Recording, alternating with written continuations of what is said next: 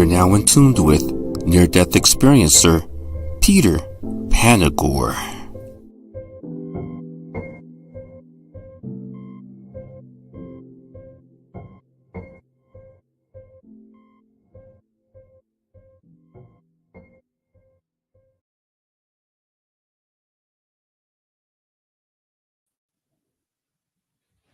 Peace and love, everybody. Thanks for being here. I'm here to tell you about my near-death experience and maybe hear some of your comments and questions as we go along. So in 1981, I was a college student at Montana State University. I was an exchange student from the University of Massachusetts in Massachusetts. And I was there for a year. And when spring came around, I decided that I didn't want to go back to visit my family because there was a situation that had driven me out of my family in the first place. My sister had vanished, run away when I was 14, and the turmoil and stress that it had caused in my family life for my mom and my dad and my rest of my siblings, I didn't want to be there anymore. So I went away for a year to Montana State University in Bozeman. And when spring came around, I decided to go on an outdoor adventure. I'd been an outdoor adventurer since I was a kid. I'd been in the Boy Scouts doing 4-season camping. And by the time this event happened, I had already been backpacking and mountaineering in the White Mountains and the Green Mountains and the Absarokies and the Spanish wilderness peaks all over the place, east and west. And so nature was my thing. I was very comfortable in all the different seasons out in the wilderness. So I found a fella who was going to go up to British Columbia and Alberta for uh, a 10-day ice climbing, snow caving expedition.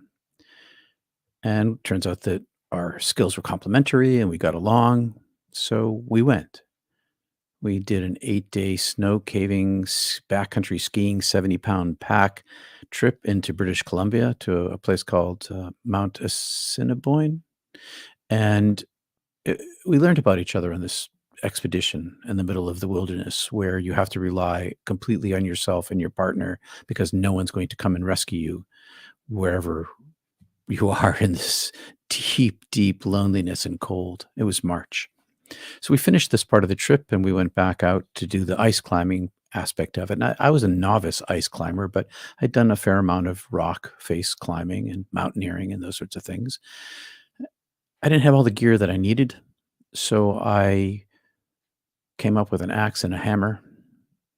All the rest of the stuff I had, the crampons and the helmet and harness straps, but I was short a hammer, and I convinced Tim, my climbing partner and backcountry ski partner, that I could do this with a hammer and an axe. Tim had just completed his ice climbing certification class, and he wasn't keen on me doing this, but I talked him into it, and being young and brave and full of bravado at 20, 21 years old, we did this. We made this climb. But because of my gear was not correct, it slowed my climb significantly, maybe doubled the length of my time on the climb than all the other teams on the ice that day. And we were not alone. We were the last team on the ice, but there were others ahead of us. So I'm going to say hi to Melmick and to Jay David. Hey, brothers, glad you're here. Thanks for being here. So anyway, by the time we reached the top of the climb, I had climbed so slowly that it was sunset. And the temperature dropped about 30 degrees as the sun went down. And we knew that we were in a deadly situation. I could tell you the whole entire high adventure mountaineering evening that lasted right to the morning. But I won't because it's pretty long and involved, and I'd rather get to the NDE part of it, the near-death experience part of it. But it's in that book back there over my shoulder. It's available to read if you want to. Suffice it to say that it was a very challenging, traumatic, frightening experience where frostbite and hypothermia were advancing every minute because it got colder and colder through the dark night. We had to traverse across the ice and rappel down and traverse and repel and traverse. Hypothermia, it steals your brain, freezes your eyeballs, makes it difficult to speak, makes all your muscles pulse independently of each other in a palsy sort of way. By the time we reached the final rappel, was many, many, many hours later, and it was traumatic and frightening. And Tim and I both kept our heads because if you panic in the wilderness, you die. So neither of us panicked. We both continued step by step, motion by motion, drove ourselves across the ice with care in the dark, under the starlight, with some moonlight that came eventually. But by the time we reached the final rappel, after many mishaps and adventures, difficulties and challenges, and every step that we took, we were draining our physical energy because we didn't have any more food with us. We had water because we had ice. We could chew on the ice that was all around us. But every step we took drained our energy, and every step we took us deeper into the cold because the night kept getting colder. So our situation continued to get worse. And by the time we reached this last rappel, we were in tough shape. We were clipped into the mountain. The mountain had iron pins epoxied in with iron rings and carabiners clipped and straps, and I was hooked to my harness. Tim was to my left. I had the rope. We were about 150 feet up on a ledge the size of a big desk, 2 big desks. But we weren't going to fall. This is the first time in the night that we were actually safe from falling. I think about all the dangers we went through that night and that we didn't fall. That alone is a pretty amazing thing. But I had the rope, and I tied one into my harness, and I took the other end and I tossed it off around the corner, and my hands were totally blistered, frostbitten, blistered. My feet had gone from being on fire with cold to not feeling anything at all, and my capacity to reason had been taken from me because that's what happens. You start making poor decisions. But I took the rope and I tossed it out around the corner, and I gave it a pull to try to pull it down from the iron ring that was up 100, 150 feet up above us. But as I pulled on the very first pull, the rope got jammed around the corner in some kind of V situation that I couldn't see because it was night and dark and it was around the corner. And as I pulled it again to try to unwedge it, it jammed in tighter. And on the third pull, it was set itself in, so much so that I knew that I was never going to get it out. We couldn't reascend back up the rock. I was wearing crampons and I couldn't feel my fingers, and it was dark, and there was no way that I was going to survive this vertical climb up this rock in the dark without being able to feel anything with my hands or see anything with my eyes. And we couldn't go down because we didn't have a rope to go down. The only way down was to fall, and we weren't going to do that. So after fighting all night long, and I really made this story very short, the high adventure fearful part.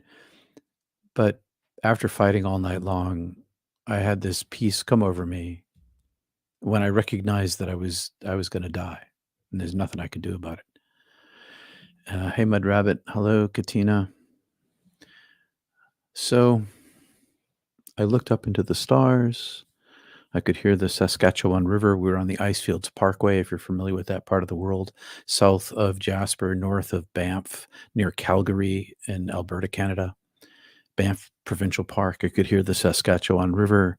I could see the tens of millions of really beautiful stars. There was enough light to see because the moon was up and the starlight was bright. And I realized that I was just going to die there, and there's nothing I could do about it. I was out of energy, out of time, and the cold was coming fast. So I just accepted my situation. And when I did that, this peace descended on me. And as this peace descended on me, I recognized that it was okay to die. I stopped fighting.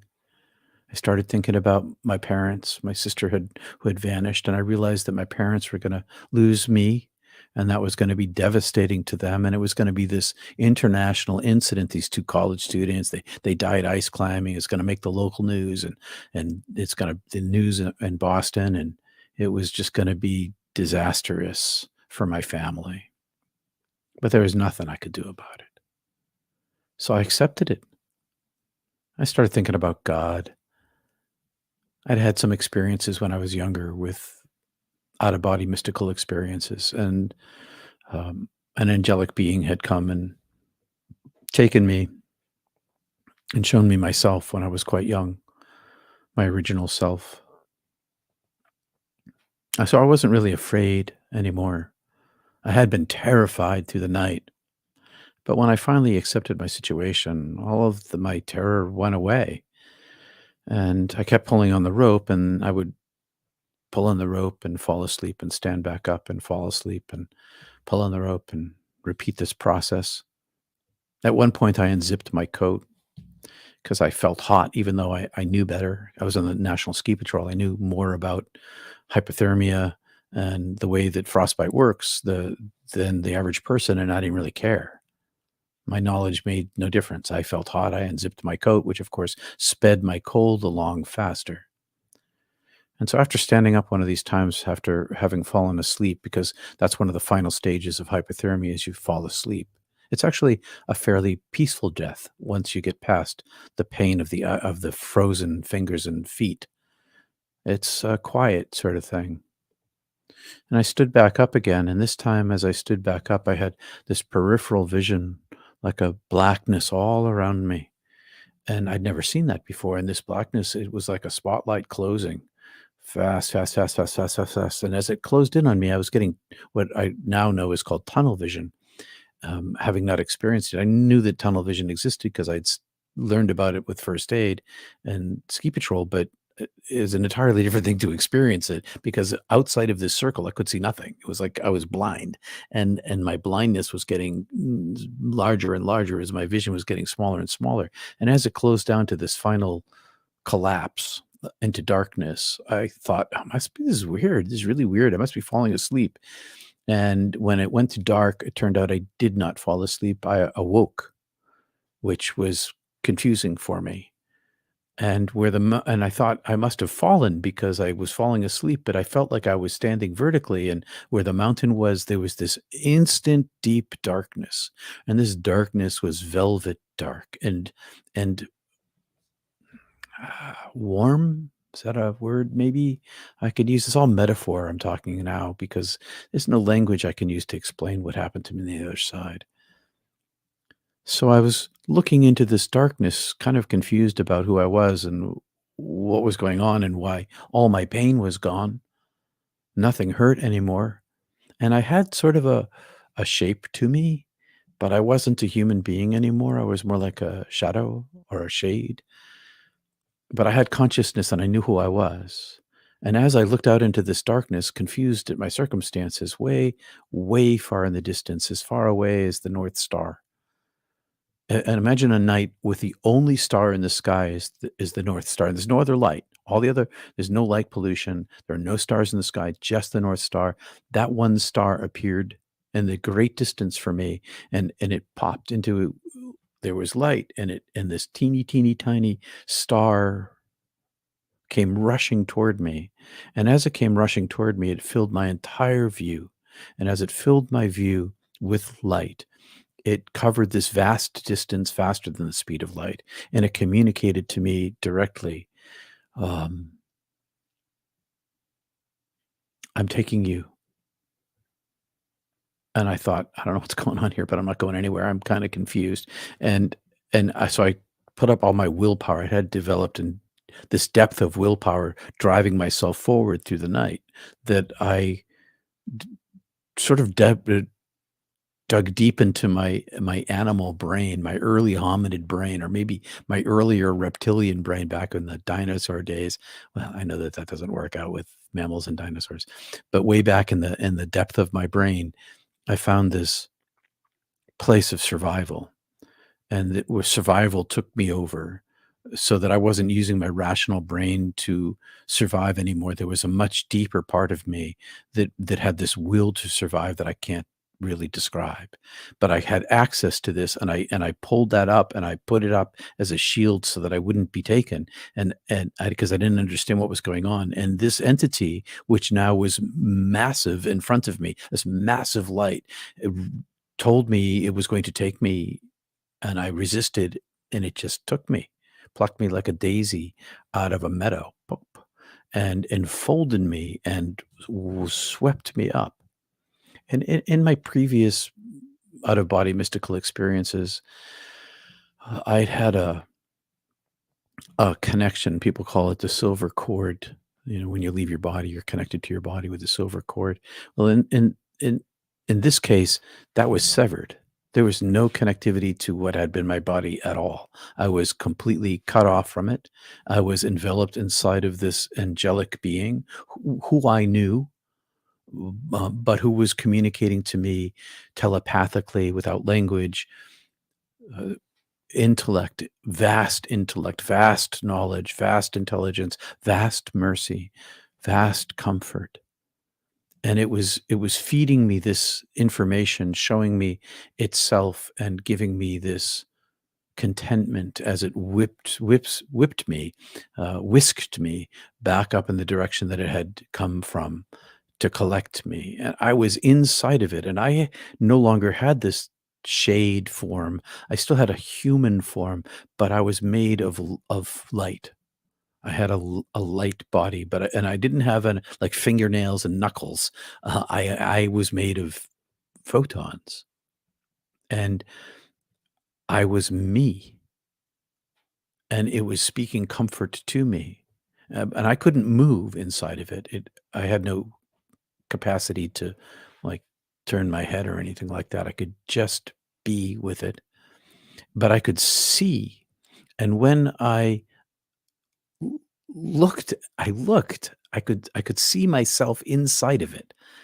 I had this superposition thing going on where I was a non-local I outside of my own self in this angelic being, seeing me inside the angelic being carried up to the point from which it had departed, or arrived in my world, I should say, and into the dark velvet. And when I looked from inside of the angelic being, I couldn't see this non-local I, but I could see me looking for it. I had this superposition. I was bilocated. I was in two places at once. I had an eye of God seeing me, and me not being able to see that eye of God seeing me, but I could see that I was seeing me. So it swept me up to this edge of the intersection between where it appeared and where I went next. And so we rise up, and it opens up, and I pop out, or it becomes this even vaster darkness. And I am in the middle of a womb. And this womb is the size of our universe. And I am alone in this darkness. And this darkness is not just black darkness, it is light darkness. I can see in every direction at once, although there's no light here, but it's illuminated. And I know that that's contradictory and paradoxical. I don't know what to say about that. But I was this very large energy ball metaphor of consciousness, and my self was my thinking, was my feeling, was my beingness. There was no separation between what I thought and who I was and what I saw. What I mean is what I could see with, because I could see in every direction at once. My seeing was myself. My being was myself. And I knew that this was me, and that this had always been me, and that I'd never been a human being. Not really. I had lived as a human being, but this was my original self, my true self, and I was in a place of no thingness. I was nothing. I had no molecules, and there was nothing recognizable from our universe in this space. And I could see in every direction at once without turning around because I was an eyeball of 10,000 eyes.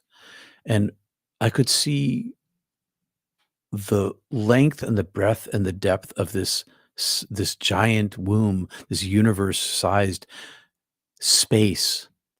And I was content and I was alone and content and I knew myself. And at the very edge of this great distance, there was a darkness that I couldn't see into. There was a darkness that was beyond my capacity for understanding. And as I was in this space, the darkness itself, the no thingness, opened and light poured in front of me, if I had a front in one direction, because I really didn't have a face. I didn't have a face or a back of a head, but there was this light that appeared and it was gigantic, the size of Niagara Falls. And I was the size of an ant.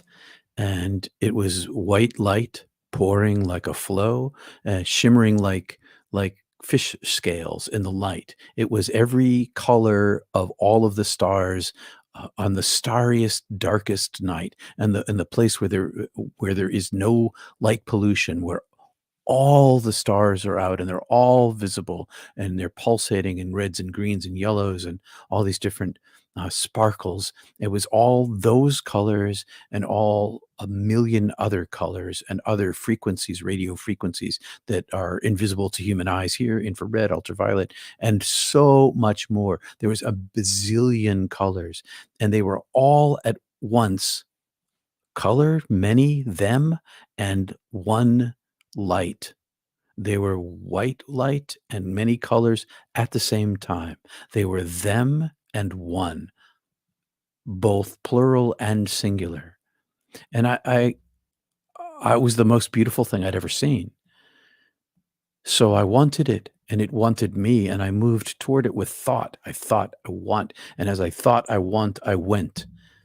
And as I went, I touched. And as I touched, it opened me and infilled me and surrounded me and absorbed me. And now it's inside of me and all around me, and I am in it, and it sees me. I see it seeing me. It sees my recent human self. It sees all of my human life. I have no shadow places hidden.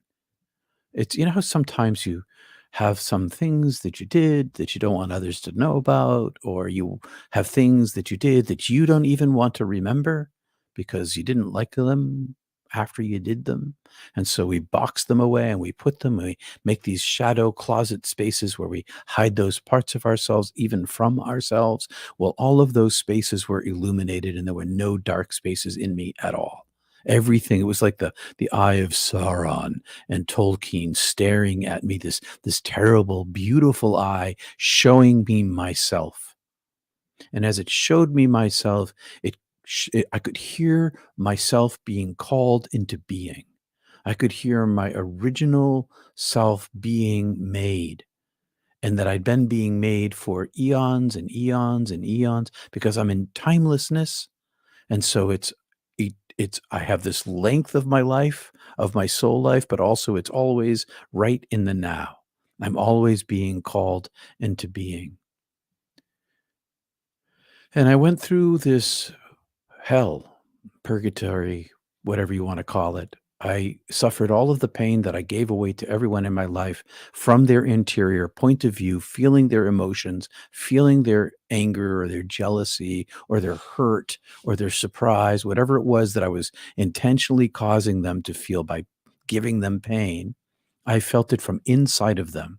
And simultaneous to that, I was the person, me, giving them that pain in a chronology, in a series of events where I was both all these other people and always me, experiencing the pain that I gave them from their point of view and my reasons for giving them their pain.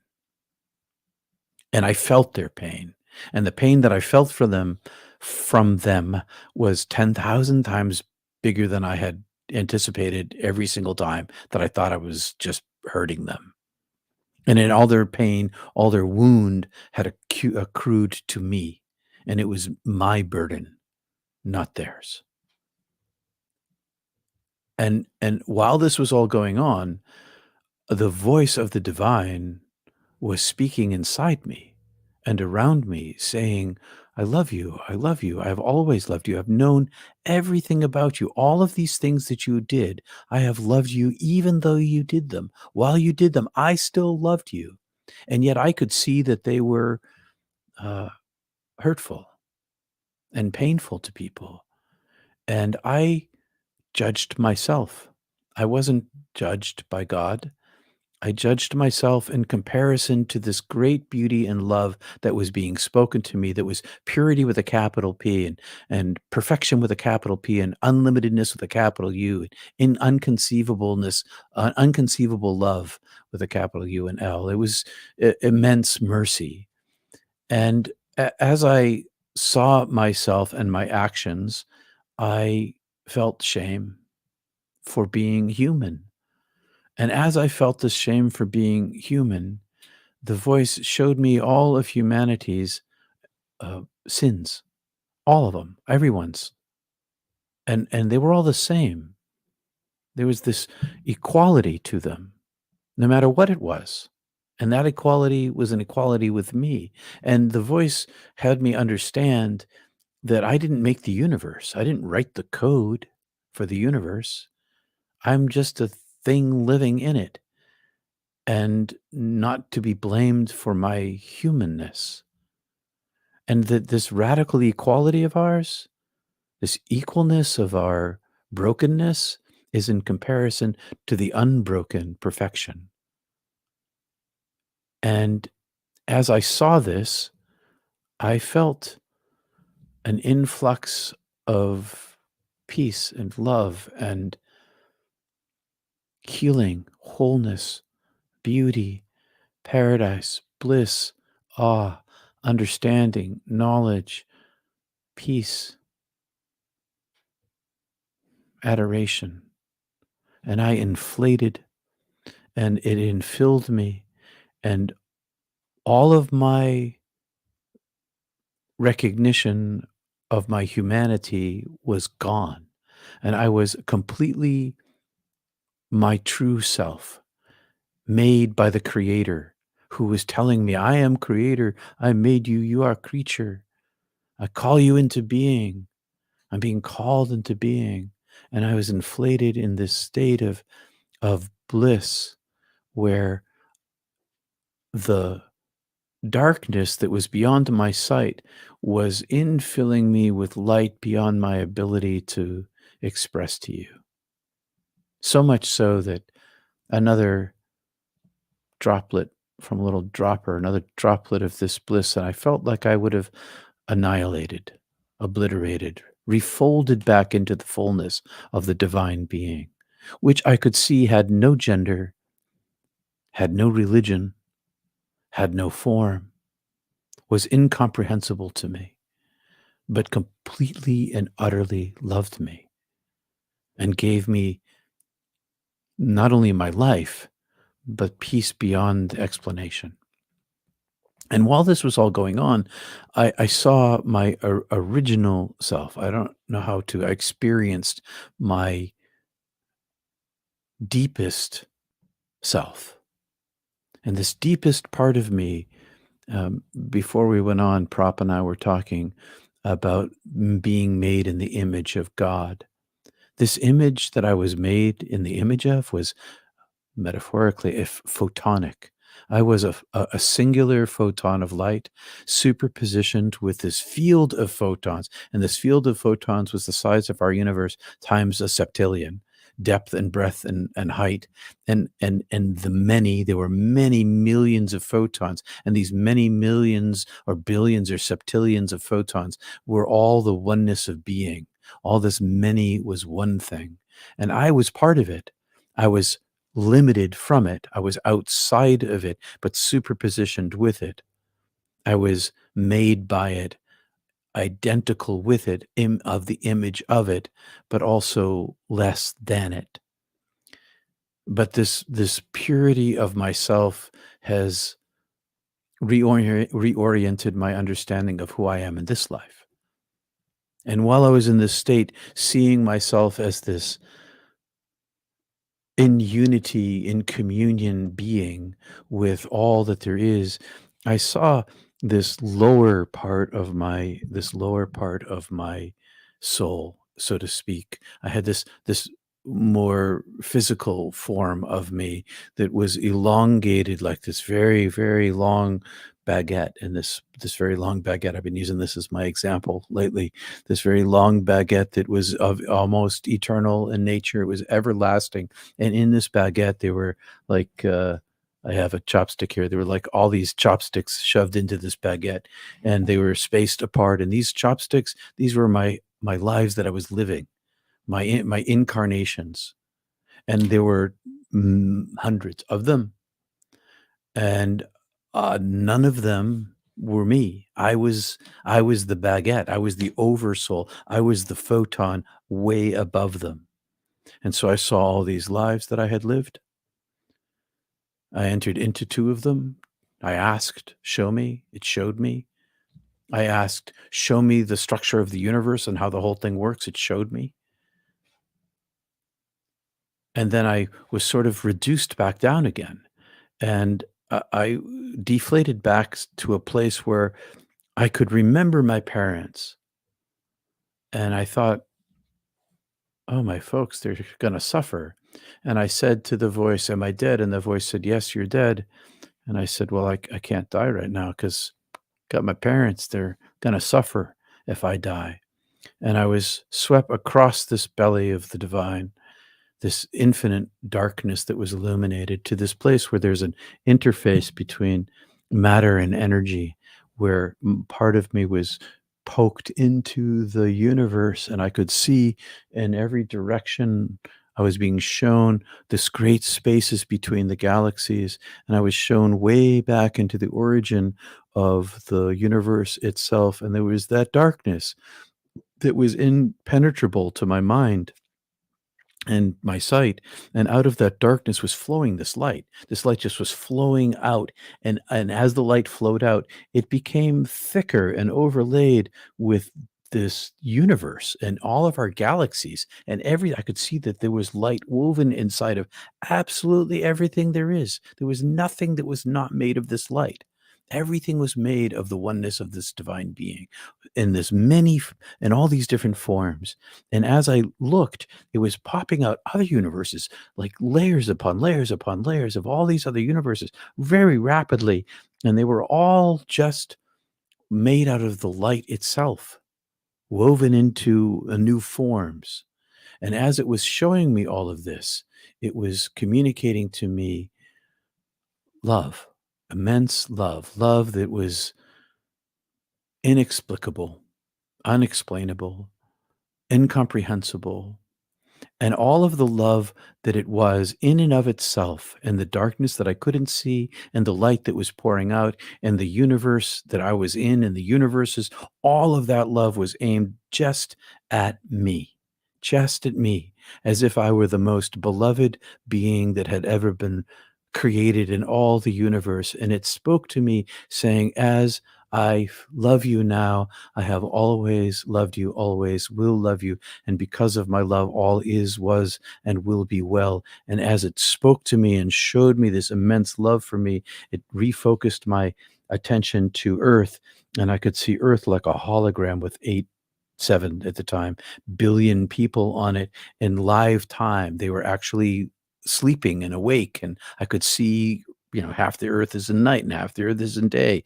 And there are people doing things and living their lives. And in the center of every single speck of their hearts was a tiny golden light. And this light was the divine light that wove through all things. And nobody could see it but me. I could see it. And it was obvious, and it was brilliantly bright inside of every single person. But there was this fog that covered the earth, and nobody could see it in each other. And the voice said to me, in the way that I love you now, this great particularity of love from me personally, all of the love in the universe was mine for me. It said to me, in that way that I love you now, I love every single person with a particularity and a personal intimacy.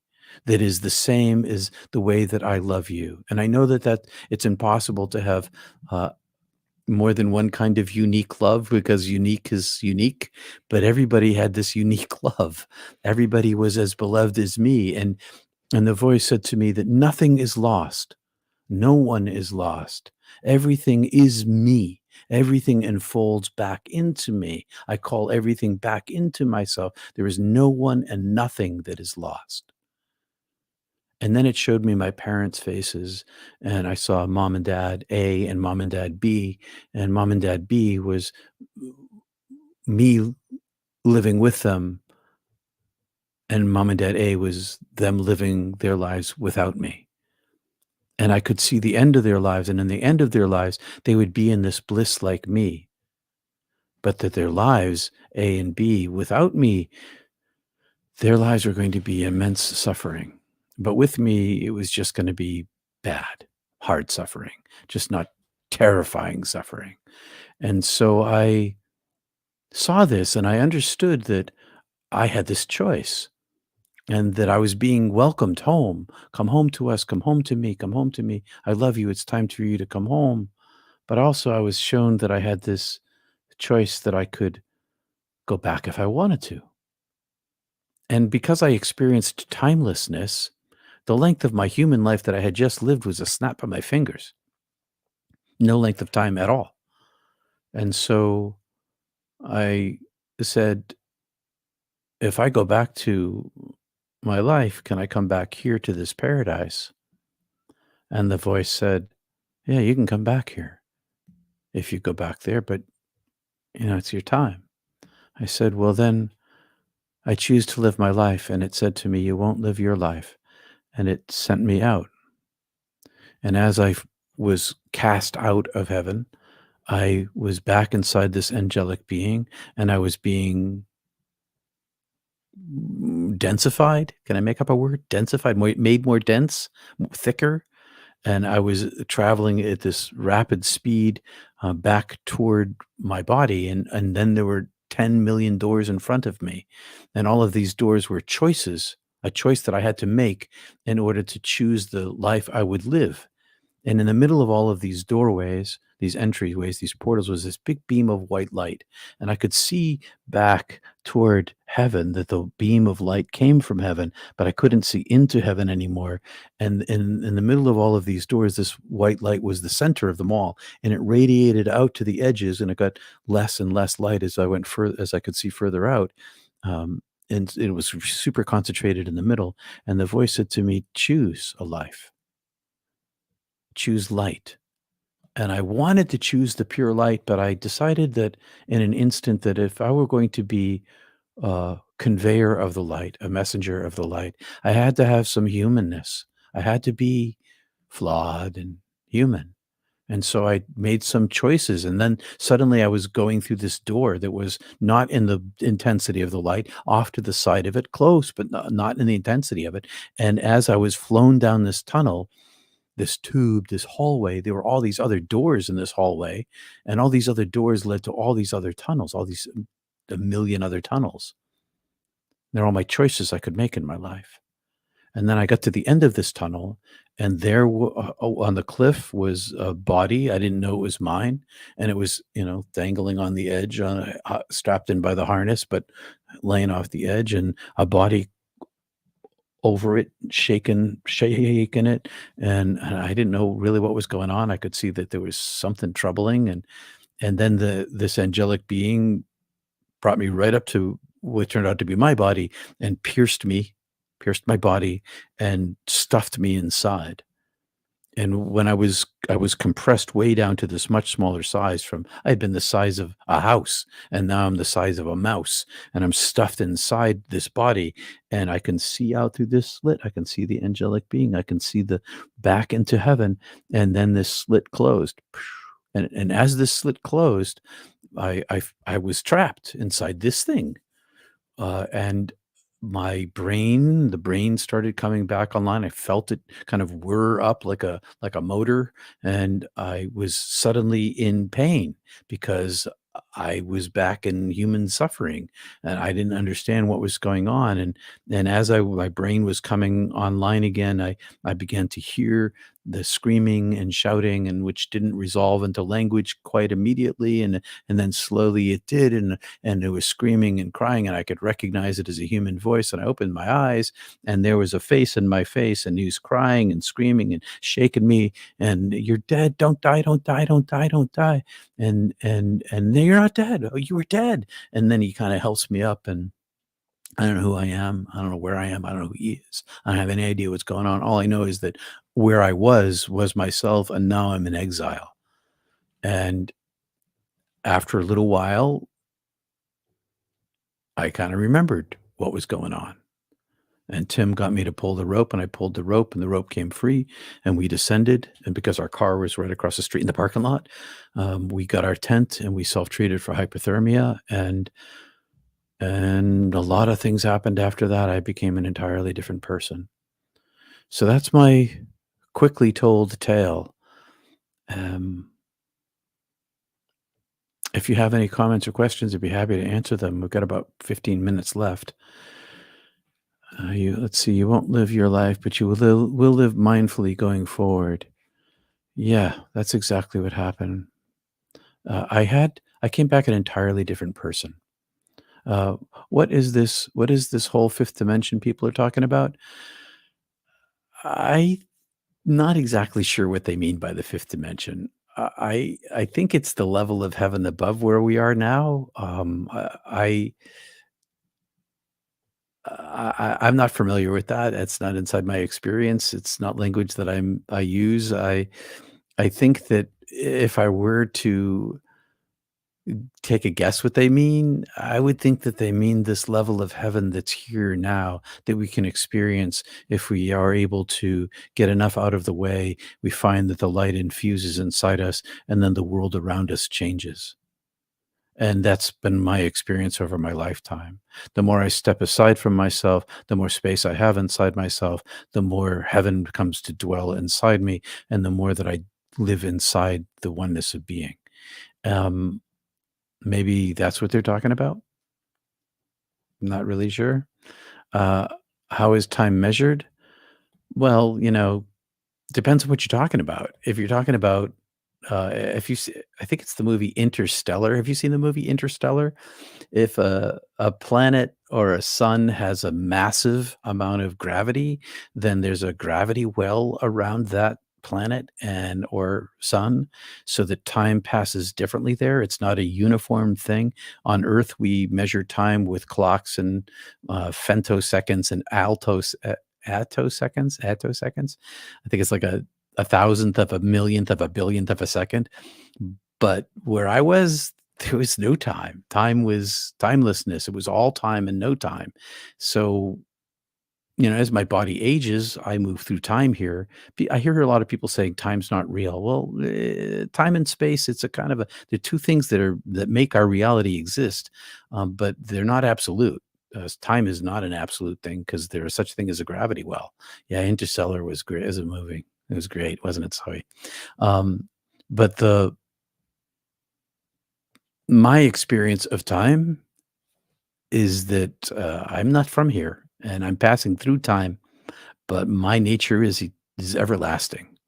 And so instead of focusing on my time here, I focus on my original self.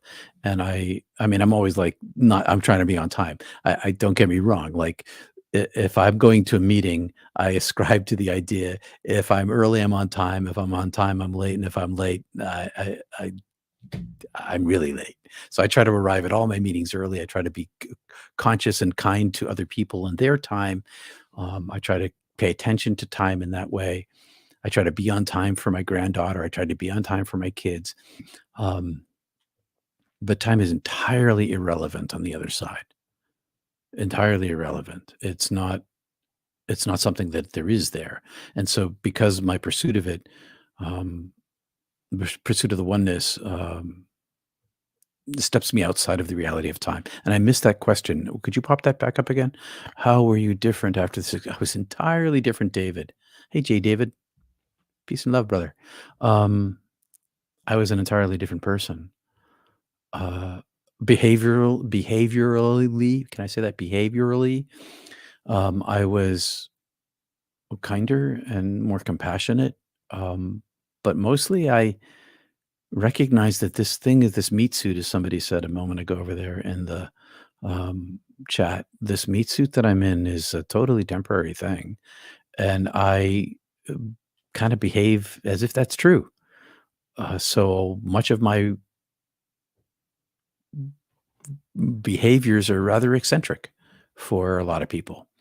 Um, my personality, I still had my allergies. I still had the same physical body. That didn't change, but I treated people differently. I perceived light inside of everything there is. The world to me looked flat and black and white and flickering and thin celluloid, with poor production values from 15, the first original movie. But through absolutely everything pours this light that's always present, even in my bad times. Even when I have a bad day, it is still this light pouring through everything.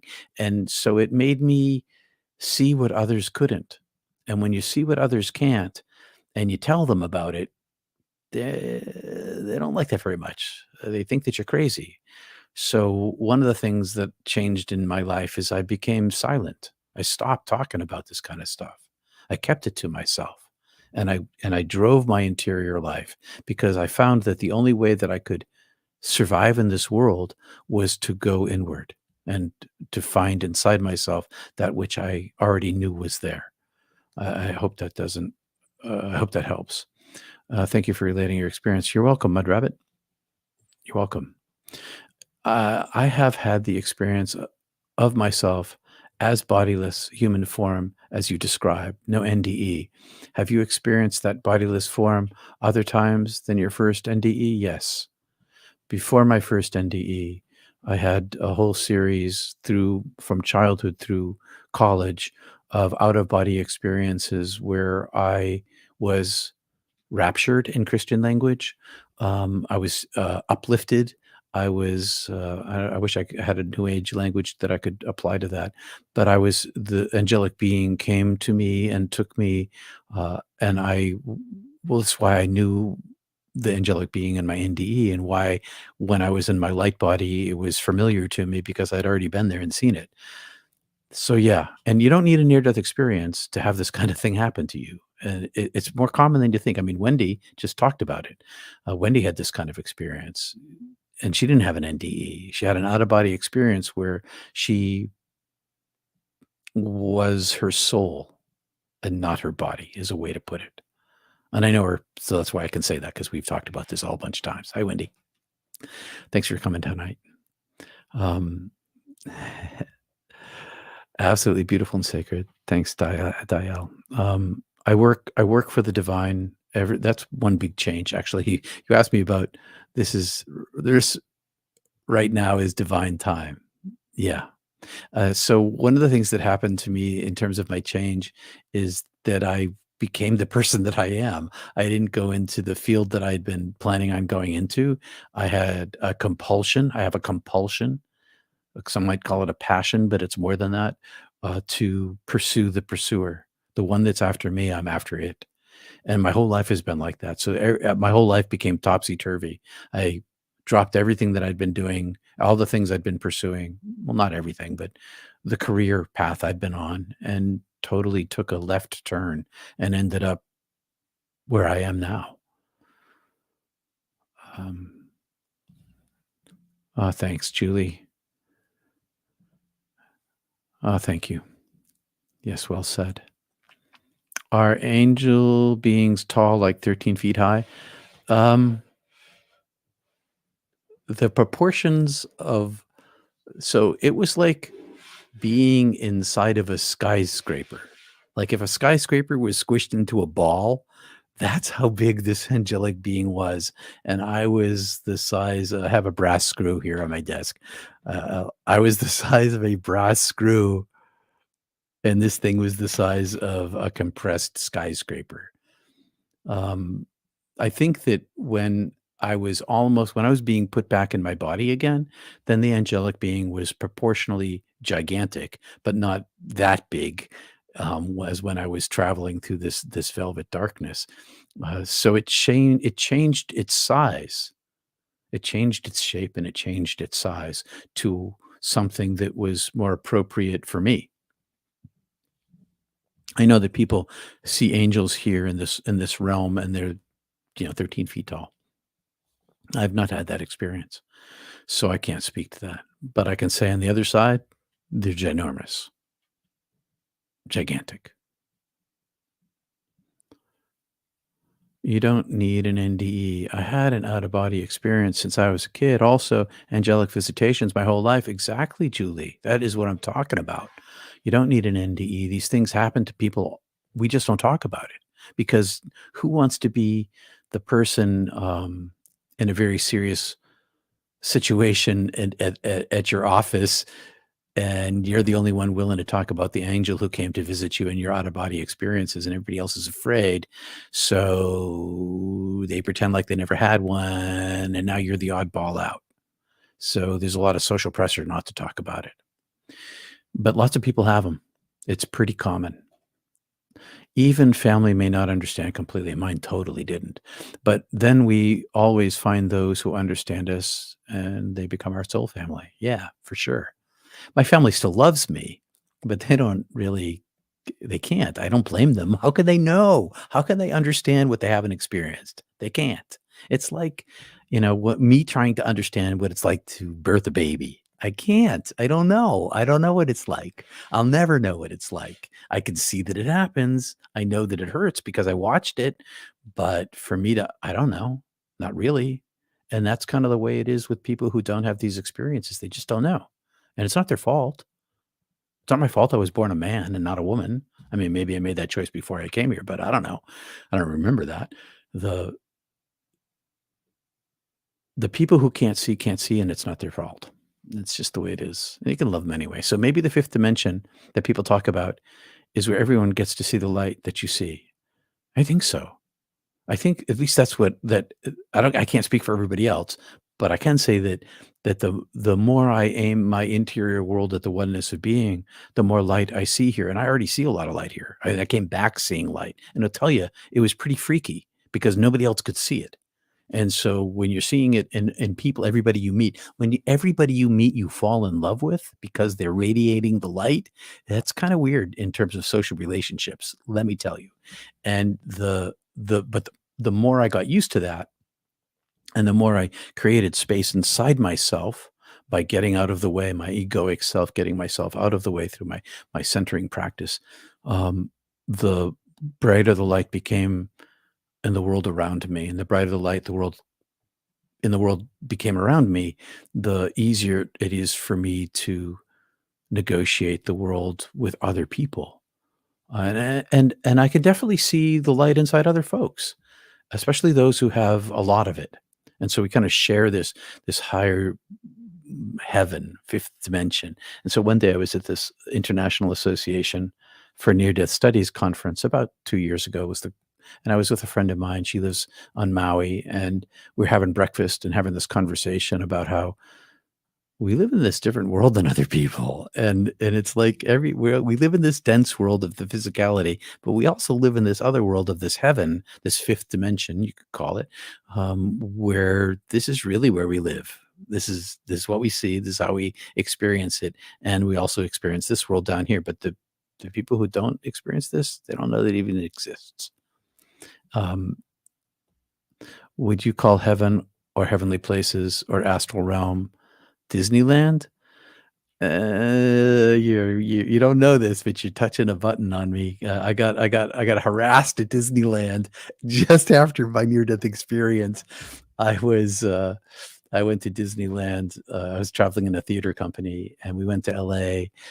And I had long hair, and I looked kind of freaky, and I got pulled aside. And so I was like, "Oh, so this is Disney World. They pull aside hippies, huh?"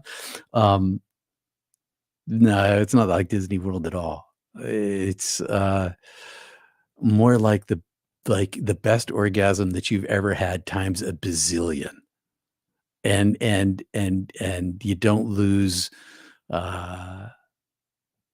You don't lose. That's all it is. You just don't lose. It's just win, win, win, win, win.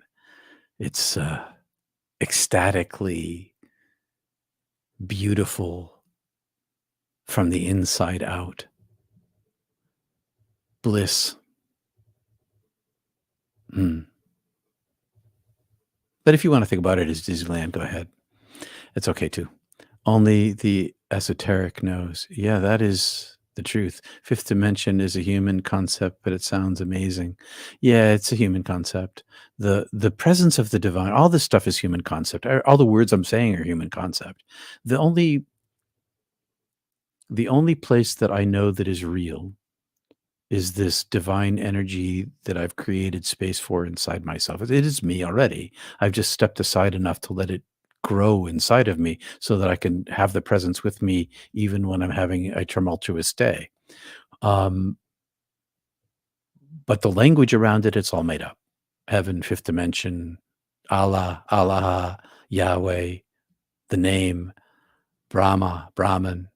We made up all those names.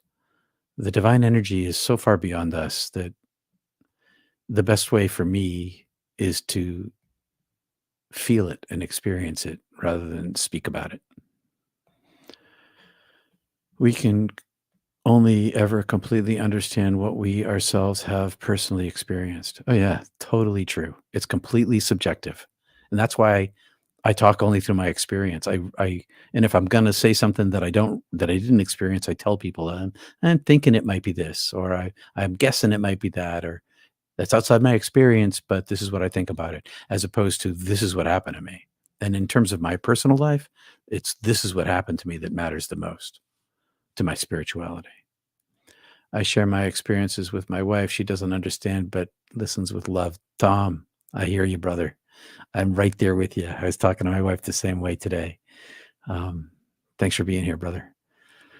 Did it feel like home, like you were there before? 100% preliminal. Yeah, it was home. That's how I think of it. It's home. It's not only that I'd been there before, it's that I'm still there. That's how my problem is being here. I'm still there. And how do I integrate here while I'm still there? But yeah, 100% home. Where I'm from, where I'm going. That's why I'm not afraid of dying. Oh, dying can be hard, but death, beautiful. I'd love to know more about the velvety dark place Peter talks about. Well, it's like I said velvet because it's so sensually soft and tactile and warm and inviting and dense and comforting and welcoming. It's and it was the space between. So there was this darkness that when I first died, and then I was carried through this darkness to this greater darkness. This velvety darkness, it was a space in between, a dimension of travel for me to get from here to, here to heaven. Thanks, Tiffany. Good to see you here tonight too. Words are just our human attempts to communicate that which no words can speak on the other side. That's true. The words are just our human attempt to communicate that which needs no words on the other side. Completely true. Well, my friends, I should probably get going. It's my bedtime here on the East Coast, and I should probably go to bed because I got to get up in the morning. Thanks for being here. Love you guys. I know there are a bunch of East Coasters here. I can see there's a bunch of Mainers here too. Thanks for being here tonight, everybody. And thank you for Prop for having me.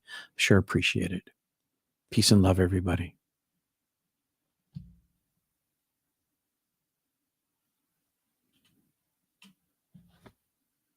May you all be blessed.